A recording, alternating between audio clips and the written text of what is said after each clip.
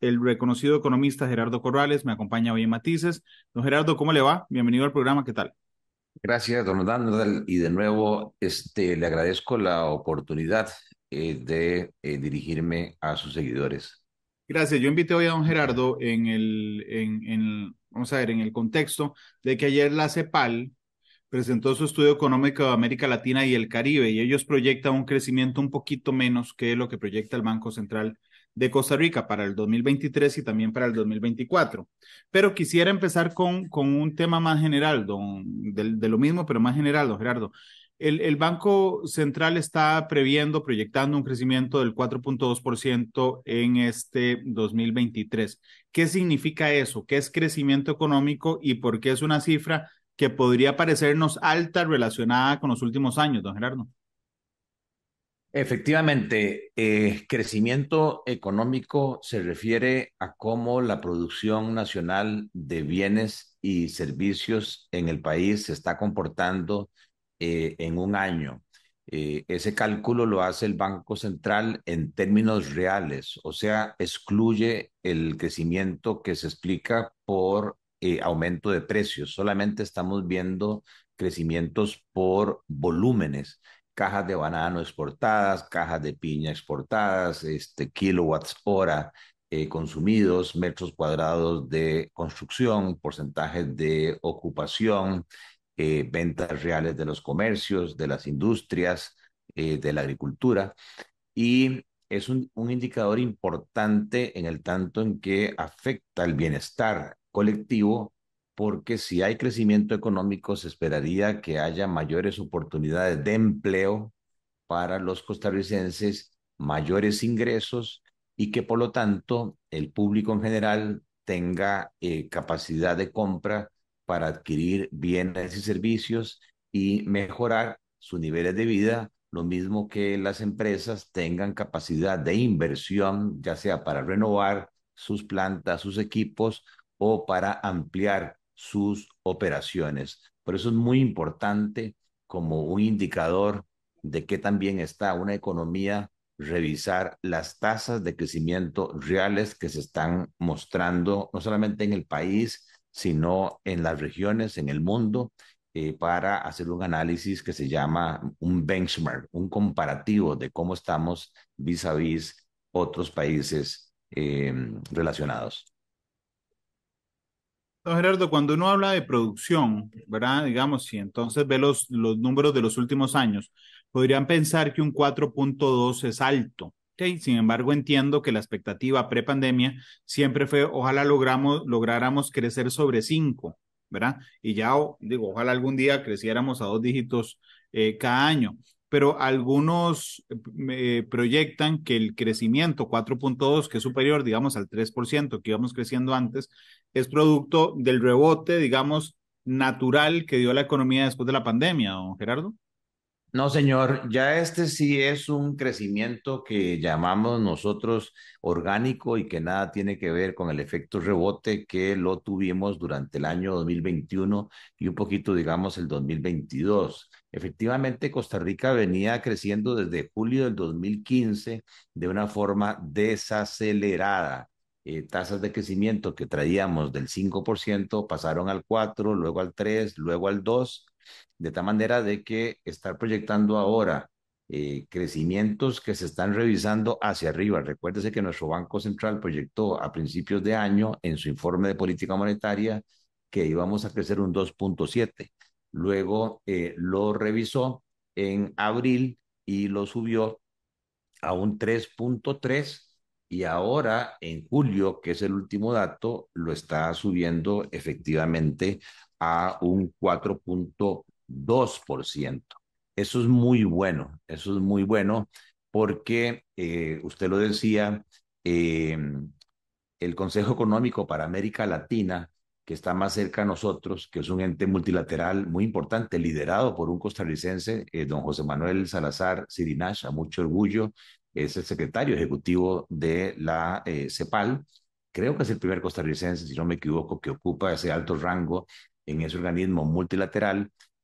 Publicó ayer las estadísticas de crecimiento para América Latina y el Caribe respecto a lo que había hecho en abril Y si bien es cierto, sube la proyección de crecimiento, este aumento es apenas de 1.2 a 1.7, de manera tal que, mal de muchos, consuelo de tontos, comparándonos con América Latina, tener un crecimiento de 4.4% o comparándonos con todo el mundo, que de acuerdo con el Fondo Monetario Internacional, este año va a crecer un 3%, el número per se es un número muy bueno. Y yo coincido en eso con el señor presidente y con el ministro de Economía, que esta cifra no la veíamos desde hace algunos eh, años y que desde el mes de agosto del año pasado nuestra economía se viene acelerando, o sea, las tasas de crecimiento económico son mayores. Ahora, eso no quiere decir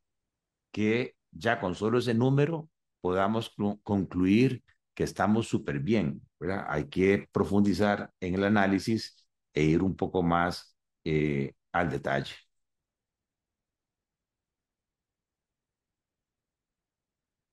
Don Gerardo, y digamos, a todos nos parece una buena noticia las tasas que no se veían desde antes, pero ¿cuáles son para usted los factores que permiten este crecimiento?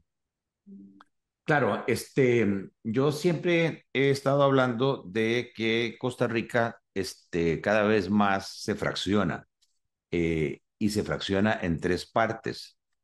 Una economía muy dinámica, muy pujante, que ya todos sabemos que es por una ley especial que permite atraer inversión extranjera directa, conocida como el régimen de zonas francas, y que ahora, por la guerra fría que hay entre Estados Unidos y China y por las consecuencias de la pandemia, hay una política desde el gobierno de Trump que se llama nearshoring, o acercamiento o movilización de las inversiones de Estados Unidos que estaban muy lejanas, sobre todo en el continente asiático, a lugares más cercanos. Y ahí, de acuerdo con un estudio que hizo el BID, los países que tenían mayor probabilidad de absorber, de atraer esa inversión, destacan Uruguay, destaca antes del tema de Petro, habría que verlo ahora, Colombia y el caso de Costa Rica. México también está tomando parte de esa inversión, pero es una inversión, digamos, más ligada con maquila. En el Claro. caso nuestro Perdón, antes estamos del hablando... tema Petro es Petro. O Sí, sea, el tema ¿verdad? Petro es antes de que Petro fuera presidente. Sí, porque lamentablemente eso cambia las perspectivas económicas, los mercados colombianos están inciertos, están temerosos sobre lo que pueda pasar, hay toda una discusión que si hay persecución o no hay persecución a los grupos empresariales más importantes colombianos. Eso podría alguien decir, no nos importa a nosotros, pero claro que nos importa porque la inversión colombiana después del conflicto que se diera entre Venezuela y Colombia por la llegada de Chávez al poder, hizo que mucho empresario colombiano viera hacia el norte y uno de los sitios de mayor inversión colombiana es Costa Rica. Empezando por la banca en general en Centroamérica. La banca centroamericana sin duda hoy está dominada por los banqueros colombianos. Entonces, lo que pase ahí en Colombia también va a tener incidencia en nuestra región. Claro. Don Gerardo, dice el informe, Ah, evidentemente habla sobre América. Sí, perdón, Randall. Entonces, le decía, las zonas francas, el gobierno, que lamentablemente la actividad de la administración pública más bien se reduce en el tiempo por el tema de la regla fiscal, ¿verdad?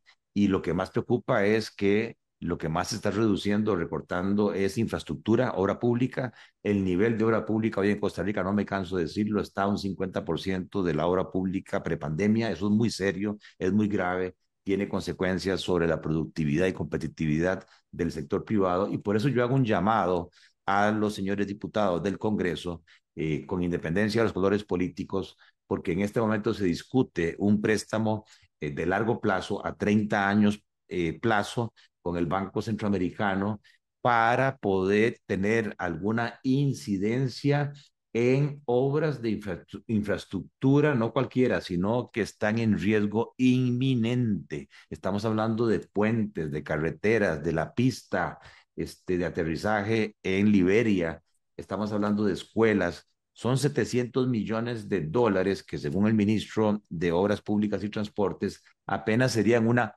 curita, ¿verdad? Para tratar de salir un poco del problema que tenemos. Pero yo ya he escuchado manifestaciones de algunos partidos políticos que no, que darle 700 millones de dólares a Chávez es darle oxígeno para que gane las municipales.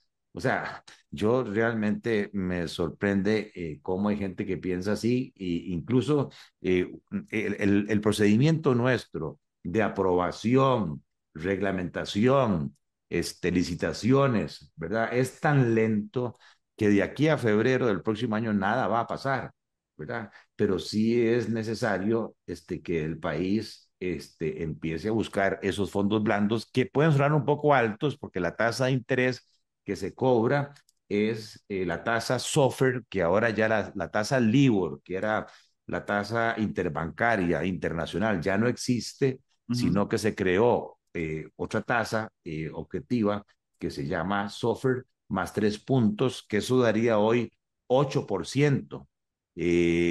Claro, es una tasa alta, pero es variable, a diferencia de los eurobonos, que la tasa es fija y a 10 años. Si hoy el gobierno de Costa Rica saliera con eurobonos, saldría a 10 años y con una tasa como el 7,5. O sea que es de esperar que el próximo año, cuando las tasas de interés bajen, ese préstamo se ajuste también a la baja y entonces a mí me parece recomendable.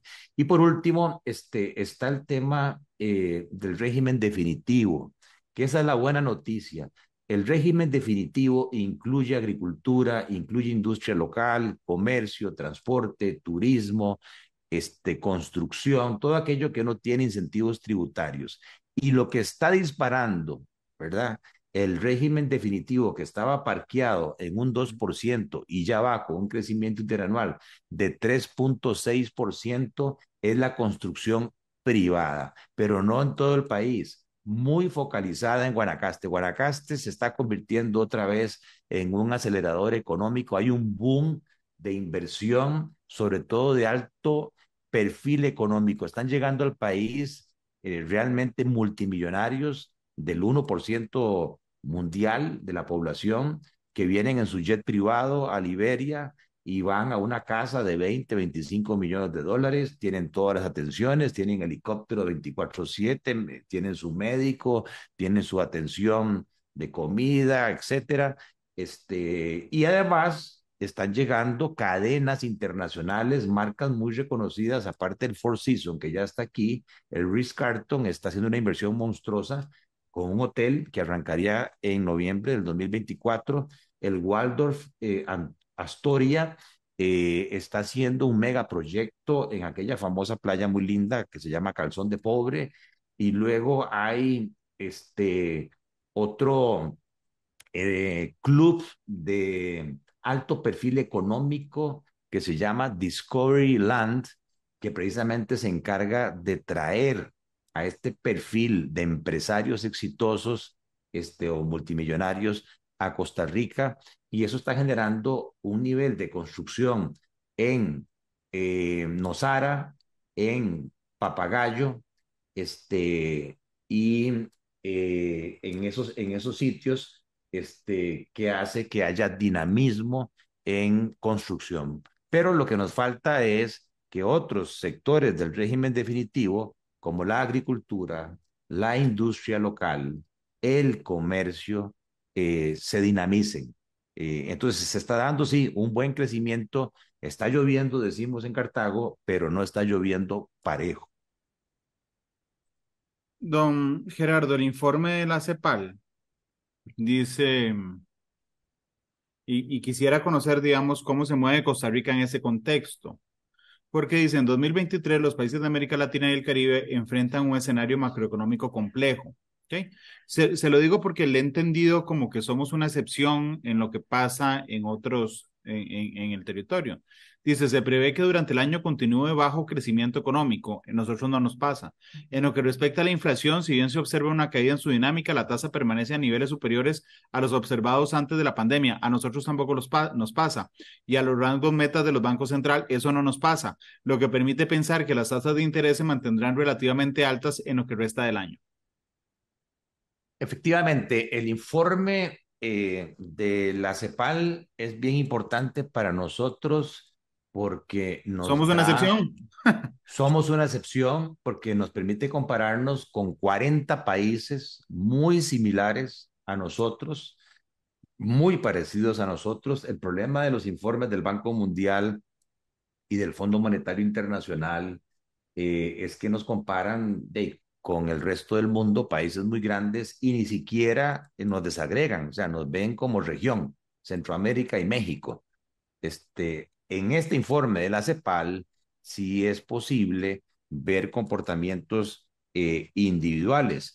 Por ejemplo, para el 2023, el gran perdedor, lamentablemente, es Haití, con un decrecimiento esperado de menos 0,7%. Eso es triste porque ya todos sabemos que es un país muy pobre y tras de eso sigue en un proceso de recesión. Llama la atención que Chile está en un proceso de recesión con una caída del 0,3%. Llama la atención que revisa la CEPAL la proyección de crecimiento de Argentina, que la tenían negativa en menos 2% y ahora la ponen más negativa en menos 3%. Yo no sé si hay temor de que Milei llegue a ganar las elecciones o que la tendencia actual de gobierno de Alberto Fernández y Cristina Fernández estén preocupados de lo que pueda suceder, se devaluó la moneda significativamente. Y por otro lado, hay países ganadores que uno no los tiene en el radar. Por ejemplo, uno de los países que más está creciendo es Paraguay y que promete más en cuanto a proyección de inversión. Va a crecer en el 2023 un 4,2%, similar a nosotros. Panamá es otro de los grandes ganadores, creciendo un 5,1%. Aquí hay una gran excepción para que vean cómo puede cambiar la situación de un país, el descubrimiento de pozos petroleros, que eso fue lo que sucedió en Guyana. Y de un momento a otro el PIB creció un 80%. Ahora en el 23 se proyecta un crecimiento del 25%. Eso es un caso atípico. Claro. Y luego tenemos economías grandes como la de Brasil, que está creciendo 2,5%, y la de México en 2,9%. En el caso particular de Costa Rica, sí me llama la atención que la CEPAL nos pone una revisión hacia arriba. Tenían en el informe de abril que Costa Rica iba a crecer 2,7%, pero yo creo que la CEPAL viene atrasada, porque ese 2,7% era lo que nuestro Banco Central había proyectado en enero. Sí, Y sí, después ahora, mejoró. claro, subió. Y ahora la CEPAL dice que Costa Rica va a crecer 3,8, pero eso era antes. Ahora nuestro Banco Central está proyectando 4,2. Yo tiendo a creer que nuestro Banco Central tiene la razón, que está más actualizado y como usted muy bien lo dice, cuando comparamos una región que crece 1,7 contra un 4,2, definitivamente Costa Rica es una excepción. No quiere decir con esto, ¿verdad?, que todo esté súper bien en Costa Rica.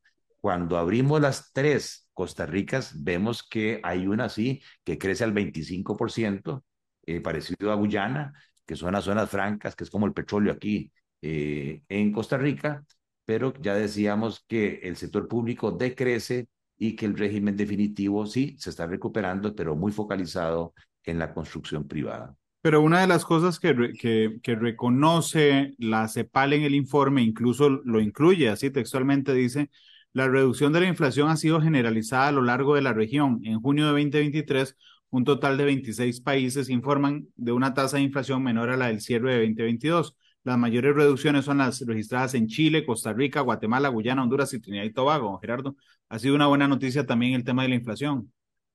Bueno, es que ya no solamente somos el campeón mundial de la OCDE en inflación, sino que también somos el campeón regional latinoamericano, porque Costa Rica en este informe que toma la inflación interanual a junio es el líder de la inflación con un decrecimiento de precios del -1%.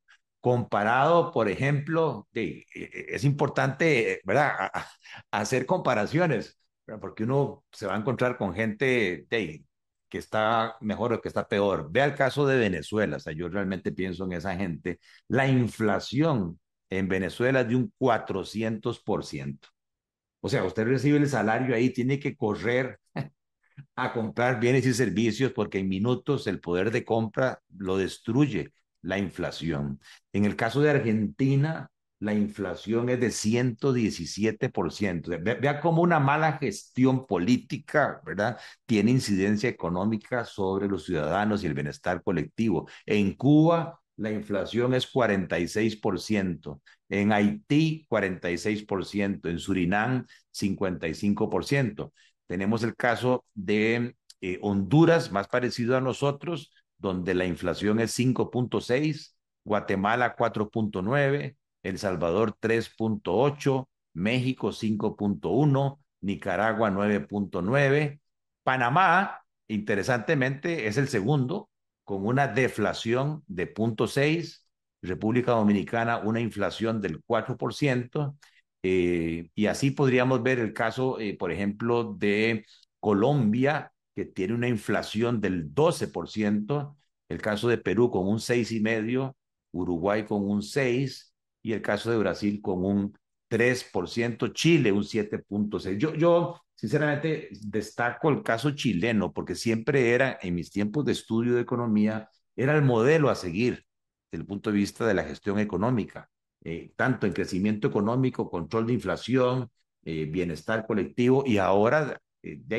la economía chilena está dando tumbos y tiene una inflación más alta que el promedio latinoamericano y tiene un crecimiento negativo. Y de nuevo, los temas de expectativas y de estabilidad política y social tienen incidencia en la economía. Ahora bien, no por tener nosotros una deflación o una inflación negativa, podemos decir que ya estamos muy bien, porque la realidad es que cuando uno abre esa deflación por estratos de ingresos, que eso lo calcula el INEC, pero no lo divulgan mucho, nos damos cuenta que el fenómeno deflacionario a quien está beneficiando es a los deciles 9 y 10, o sea, a los deciles más altos de ingresos, porque lo que ha bajado de precios son los derivados del petróleo, la gasolina y el diésel de manera significativa, y claro, los deciles 9 y 10 tienen 2, 3, 4 carros,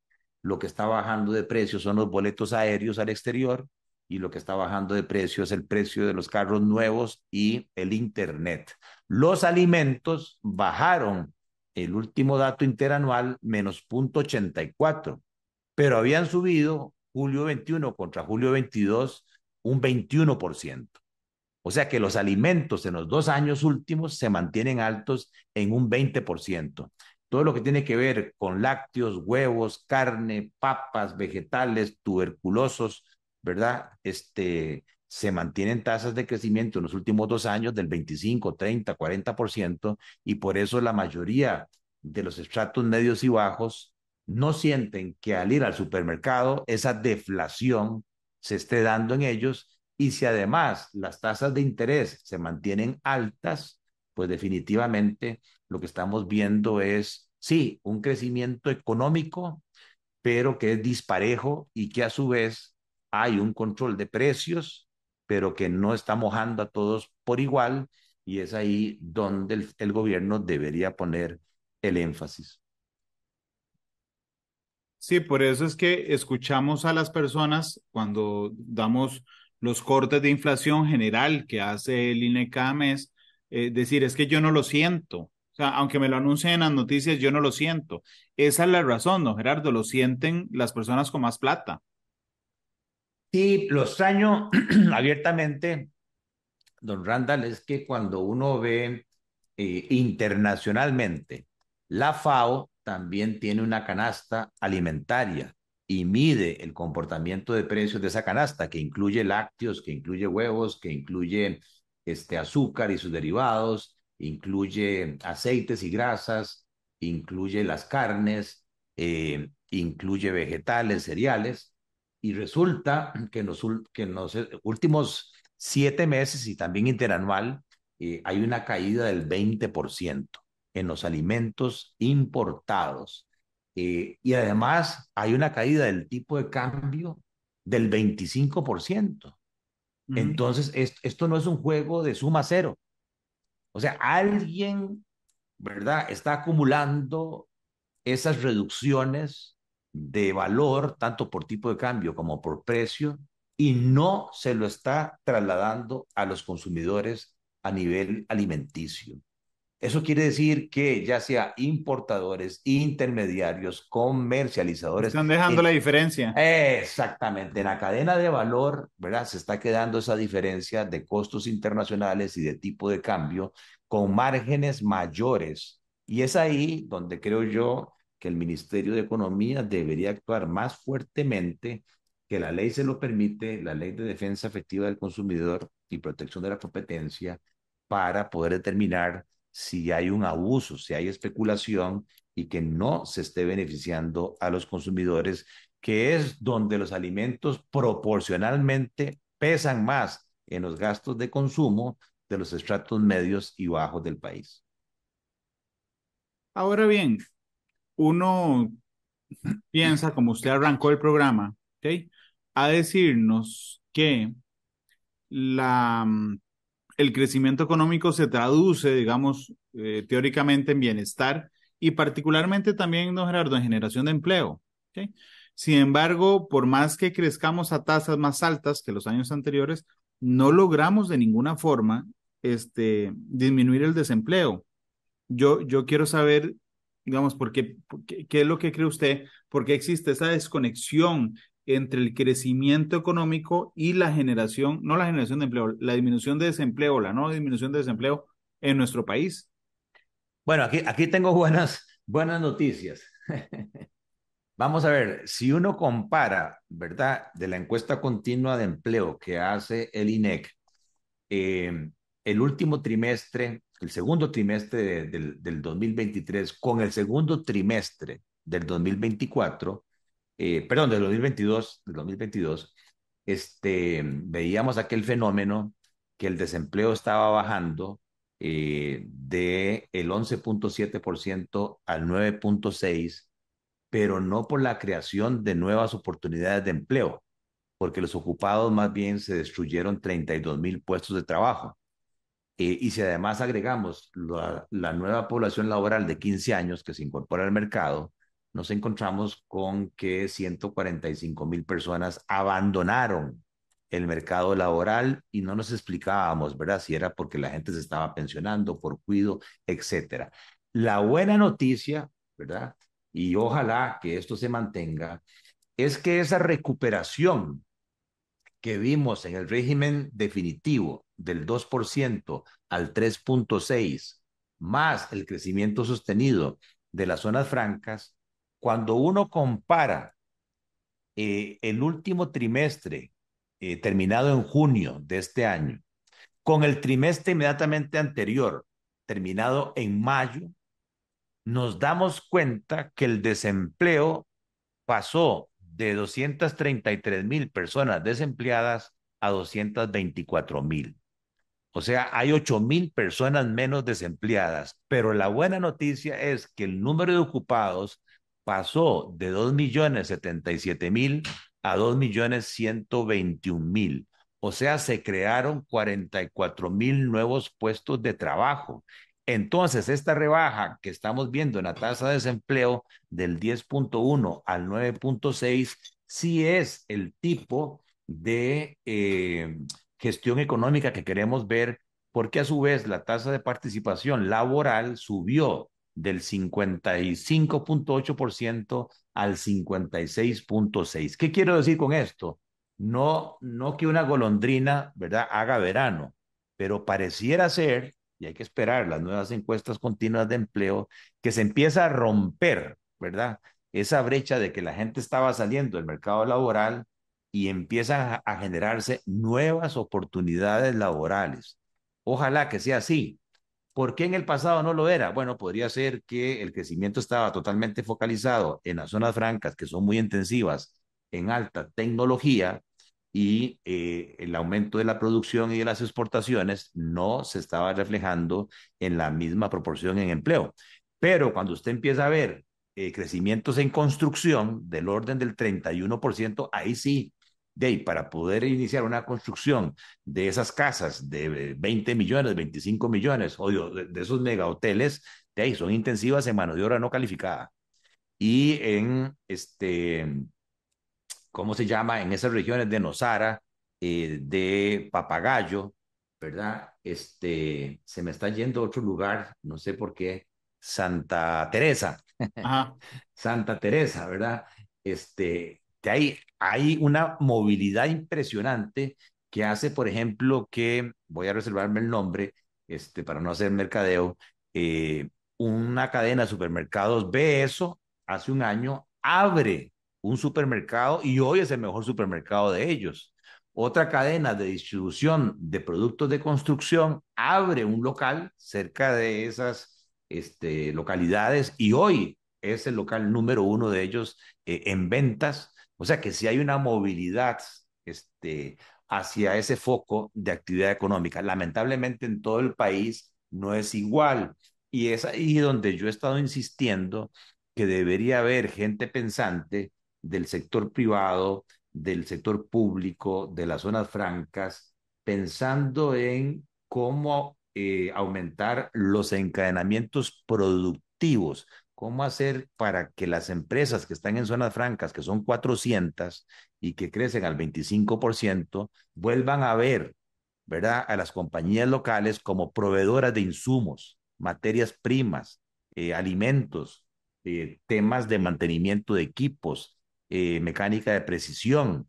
Pero claro, eso requiere un plan porque requieren inglés, ¿verdad? Requieren ciertas habilidades, requieren certificaciones.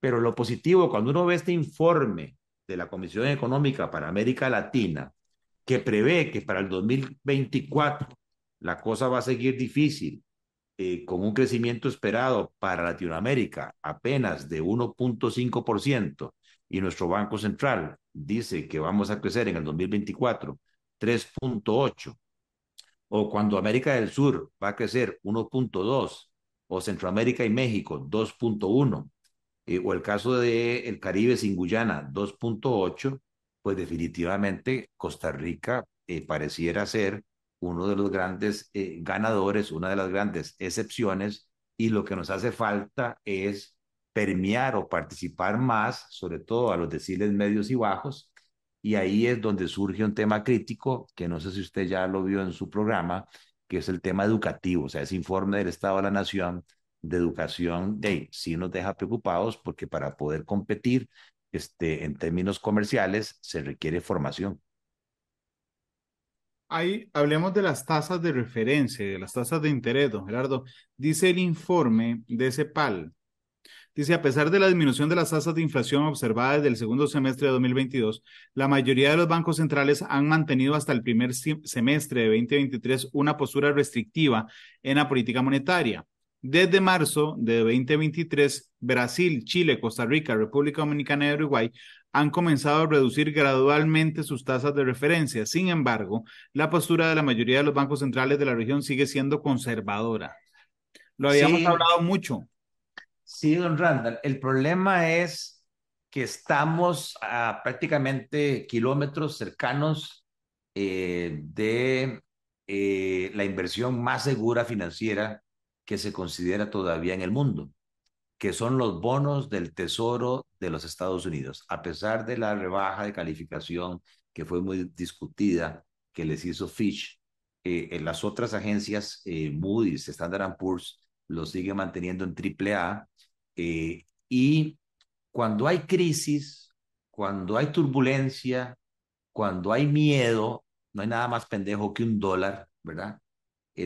Y cuando las tasas de interés en Estados Unidos se mantienen altas y suben, lo que llamamos nosotros el flight to quality, la plata vuela hacia los Estados Unidos.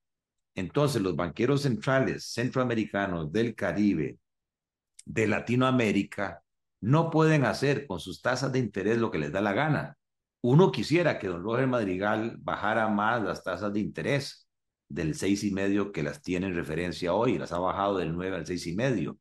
Pero ¿cómo lo va a hacer si resulta que el FED en la última revisión subió las tasas y hoy están en 5,3? O sea, ya el diferencial entre un país de riesgo alto, como es Costa Rica, y un país, entre comillas, de cero riesgo, que es Estados Unidos, es apenas de un 1%, un 1,17%. O sea, ¿quién va a invertir en Costa Rica con ese diferencial de tasas de interés? Entonces, la preocupación es qué va a pasar en septiembre, ¿verdad? Cuando el FED tenga que revisar de nuevo sus tasas de interés. Cada vez hay más consenso eh, que las tasas de interés en Estados Unidos ya alcanzaron un techo, que la inflación en Estados Unidos, ¿verdad? Se prevé que ya se acerca al 3%, aunque ellos buscan una meta del 2%. Pero los analistas coinciden en un 90%, más del 90%, que el Fed en la próxima reunión va a mantener las tasas de interés y que posteriormente va a empezar a reducirlas. Eso sí sería muy bueno para nosotros, porque entonces ahí sí tendría flexibilidad los bancos centrales de Latinoamérica, Centroamérica, de bajar las tasas de interés. ¿Y por qué nos interesa a nosotros que bajen las tasas de interés? Bueno, porque en Costa Rica hay 1,200,000 personas endeudadas, tanto en colones como en dólares, y hay 30,000 empresas endeudadas y han sufrido aumentos de cuotas importantes, tanto por la subida en las tasas en colones, la tasa básica ha pasado del 2,9 a cerca del 6%, y en dólares, aunque la apreciación cambiaria ha favorecido a los deudores, ¿verdad?, que tienen deudas en dólares y no ganan en colones, también es cierto que las tasas en dólares también han subido y han subido de manera importante. Entonces, todo no ha sido de ahorro para esa gente. Entonces, una reducción de tasas de interés mundiales sí que le abre espacio a la inversión y al consumo locales para recuperarse. Don Gerardo, permítame ir a la pausa comercial. Vamos a hacer solo una en matices. Regresamos con mucho más del programa. Ya volvemos. La radio de Costa Rica, regresamos a Matices. Don Gerardo Corrales, un reconocido economista nacional, nos acompaña en el programa. Estaba conversando con él sobre el informe que dio ayer a conocer la CEPAL respecto al crecimiento económico del país y a algunos otros datos macroeconómicos que manejamos, por supuesto, en Costa Rica. A mí me llamó mucho la atención, don Gerardo, el título del estudio que nos presenta la CEPAL. El estudio se llama El financiamiento de una transición sostenible, inversión para crecer y enfrentar el cambio climático. Si yo estoy muy apretado en el financiamiento no sé, en la economía de mi casa, ¿ok? Y a mí me dicen que dentro de 2 años va a empezar a afectar una situación de una cloaca que se va a salir a 3 kilómetros, pero mi preocupación es que me van a cortar la luz hoy, que si no pago el agua no puedo y que necesito llevar comida a la casa y que tengo que pagar la hipoteca, muy probablemente no me fijaré en ese problema hasta que llegue. ¿Está en condiciones Costa Rica para pensar de una vez en cómo enfrentar los riesgos del cambio climático? Eh, Definitivamente no, y lo estamos viendo de nuevo en el nivel de inversión de obra pública. Estamos a un 50% prepandemia y usted ya vio, pues lamentablemente, los acontecimientos que sucedieron en la zona de San Carlos, y cómo eso tuvo una afectación severa. Lo que se está dando en el mundo efectivamente es impresionante, digamos, cambios de temperatura nunca antes vistos en la zona, digamos, de Europa, temperaturas cercanas a los 50 grados centígrados, en otros lugares tormentas, exceso de lluvia, y todo eso afecta las plantaciones, todo eso afecta, digamos, los ríos, todo eso afecta la infraestructura. Sin embargo, aquí hay dos elementos importantes, creo yo. Esta inquietud de la CEPAL no es única, es una inquietud que tanto el Fondo Monetario, el Banco Mundial, la Corporación Andina de Fomento, el Banco Centroamericano, o sea, todo lo que son los entes multilaterales muestran esa preocupación y están abriendo líneas de largo plazo, líneas de crédito, préstamos y blandas para este tipo de eventos. Entonces yo creo que sí, nosotros tenemos que prever y hay ya ciertas áreas identificadas de altos riesgos reiterativas y que periódicamente sufren las consecuencias del cambio climático, en donde se debe prever con anticipación para evitar no solamente daños materiales, sino lo más triste, pérdidas humanas, pero además el cambio climático puede generar pérdidas económicas, no solamente para las empresas y las personas, sino también para el sistema financiero, para los bancos, en el tanto en que sus préstamos dependen de que el productor pueda generar sus cosechas y pueda tener ingresos para repagar sus deudas. Entonces, sí, todo lo que es el tema verde, todo lo que es el tema de inversión climatológica, hay que empezar a hacerla, aunque tengamos algunas otras prioridades de corto plazo, y eso es lo que estos organismos señalan, que hay que ver cómo se balancea el corto, el mediano y el largo plazo y buscar este tipo de ayudas. Y creo que a nivel de las autoridades, Congreso, gobierno, hay que tener más conciencia de que el cambio climático es una realidad, está entre nosotros y que nos va a afectar fuertemente en caso de no tomar las previsiones. Bueno, es que vea incluso, por ejemplo, qué curioso que el peor shock económico, digamos, de los últimos 50 años, el COVID, ¿ok? No es un tema económico, es un tema de salud, ¿verdad? ¿Quién nos quita que el próximo shock económico no sea de términos económicos, sino de cambio climático? De un momento a otro, no sé, que afecten enormemente las cosechas en el mundo, que surja un nuevo virus producto de alguna situación. O sea, si, los que hayan visto la película Interestelar, en Interestelar deciden mudarse de planeta porque los cultivos no dan por los daños que ha generado el cambio climático. Digo, podríamos estar ante esa situación. Debimos, me parece a mí, que debimos de haber aprendido con el COVID también, don Gerardo.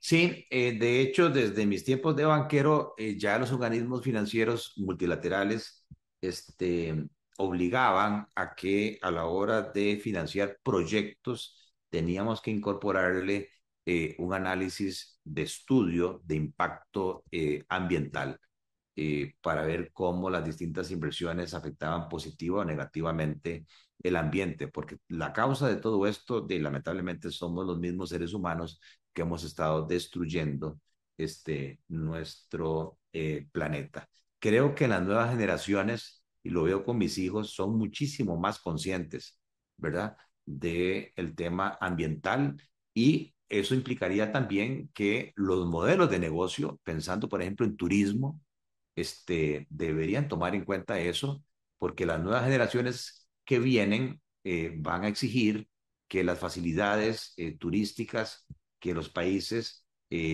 brinden protección ambiental, ¿verdad?, que cuiden el ambiente y instalaciones, digamos, amigables con el ambiente, paneles solares, ¿verdad? Todo lo que tiene que ver con descarbonización para, en ese sentido, alargar la existencia de este planeta Tierra. Volviendo quizás al informe, Randall, a mí lo que me preocupa, aquí hay dos elementos. ¿Qué va a pasar en el 2024? Y en el informe yo lo veo demasiado pesimista. Por ejemplo, vea esto, en América del Sur, en el 2022 se creció 3.7, ahora están proyectando en el 23 1.2 y para el 24 igual 1.2.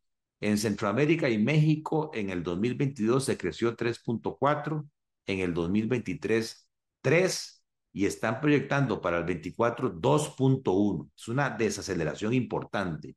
Y en el caso del Caribe sin Guyana, en el 2022 se creció 6, en el 2023 4.2 y están proyectando 2.8. O sea, en general, la CEPAL cree que estamos en un proceso de desaceleración económica. que se va a crecer cada vez menos. Y el otro párrafo que a mí me preocupa como región latinoamericana y del Caribe es que bajo este entorno de desaceleración económica, el impacto en materia laboral, dice el informe, es preocupante, pues un escenario de bajo crecimiento económico se prevé que los trabajadores, sobre todo los de más bajos ingresos, van a ser muy golpeados en términos de más desempleo, menor poder de compra, menores niveles de protección social, mayor pobreza y que al final terminen empleándose en sectores menos productivos. No es el caso de Costa Rica, creo yo. Costa Rica en ese sentido tiene la gran oportunidad. Tenemos un sistema de seguridad social mejor que el de esos países. Tenemos sectores económicos que están creciendo más que los porcentajes que decíamos. La reubicación de las inversiones gringas del Asia a lugares más cercanos, Costa Rica tiene las de ganar. El turismo, para mí, tiene un altísimo potencial. El turismo se está recuperando de manera importante y la marca internacional, y en ese sentido felicito al ICT, al Ministerio de Turismo, por todo lo que han hecho y al sector turístico. A veces me pongo a pensar si realmente nosotros le damos la importancia estratégica que tiene el turismo para el país, tanto el turismo recreativo, el turismo de salud, el turismo de estudiantes, o sea, todo el potencial que tiene Costa Rica para eso, pero eso implica una alianza público-privada para poder garantizar seguridad. A mí me preocupa montones. Yo no voy a ir a turistear a un país, ¿verdad?, donde no me garantizan que me matan, que me secuestran, que me violan. Y ahí, qué dicha que me acuerdo, don Randall, usted que es un líder en medios de comunicación, es muy importante cómo la prensa informa. O sea, hace algunas semanas salió una noticia, asesinado turista canadiense en Pérez Celedón. Y hey, imagínense estando yo en Canadá, que es un importante generador de turismo para el país, y leo eso, que yo no voy a Costa Rica. Y cuando uno entra a leer el detalle, pues resulta que era un narcotraficante, no era un turista, ¿verdad? Entonces es muy importante manejar muy bien, como tampoco, con todo cariño, el que nuestra embajadora allá en Washington se deje de decir de que casi la matan aquí en Costa Rica ante el presidente Biden, ¿verdad? De ahí, no me ayudes, compadre. Sí, claro, por supuesto. Entonces, Lo que pasa es que es muy complejo porque imagínese que, por ejemplo, hoy que estamos hablando, ¿verdad? Ayer fue uno de los 2 días del año en el que hubo 8 homicidios. Eso es un homicidio cada 2 horas y media. Eh, estoy consciente de eso. Me parece que don Mario Zamora, el presidente, está tratando de hacer un esfuerzo, pero todavía falta muchísimo por hacer. Y no solamente desde el punto de vista de los turistas, nosotros vivimos aquí, ¿verdad? Entonces tenemos que sí, cuidar claro, el nivel de seguridad. Entonces ahí creo yo que las comunidades tienen que organizarse. También el Poder Judicial no puede ser posible, ¿verdad?, que se capture a unos delincuentes y al día siguiente los vuelven a soltar, ¿verdad? Por esa filosofía o ideología que nos metieron en gobiernos pasados, que hay que defender al victimario y no a la víctima. Me parece que ahí estamos muy mal. Escuchando yo a un experto como Álvaro Ramos, me quedo impactado y eso sí puede afectar negativamente, ¿verdad?, la llegada de turistas al país. El claro. tema del narcotráfico es otro de los temas importantísimos que nos puede quitar atracción. El tema de la infraestructura, ya lo decía yo, y hay que cuidar mucho el no tratar de matar la gallina de los huevos de oro, tratando de compensar la caída del tipo de cambio, subiendo tarifas, porque entonces nos pasamos a ser un destino muy caro en comparación a República Dominicana, en comparación a México, en comparación a Colombia, en comparación a Brasil, Perú, que son países que también están creciendo en la parte turística. Don Gerardo, muchas gracias. Ha estado muy interesante el programa de hoy. ¿Con, No, con con mucho qué gusto. con qué canción le gustaría irse hoy? Eh, y Tal vez para dedicársela a mi papá, que es seguidor de Carlos Gardel. Aquella canción que dice que 20 años no es nada. Ahora que me estoy acercando a los 60 años, yo creo que sí es mucho. No, no, no es nada, no es nada. Se llama Volver. Exactamente. Ok. Será Volver de Carlos Gardel, la que despida a Matices hoy. Don Gerardo, muchas gracias. A usted, don Randall, que pase muy bien. Hasta luego. Feliz tarde.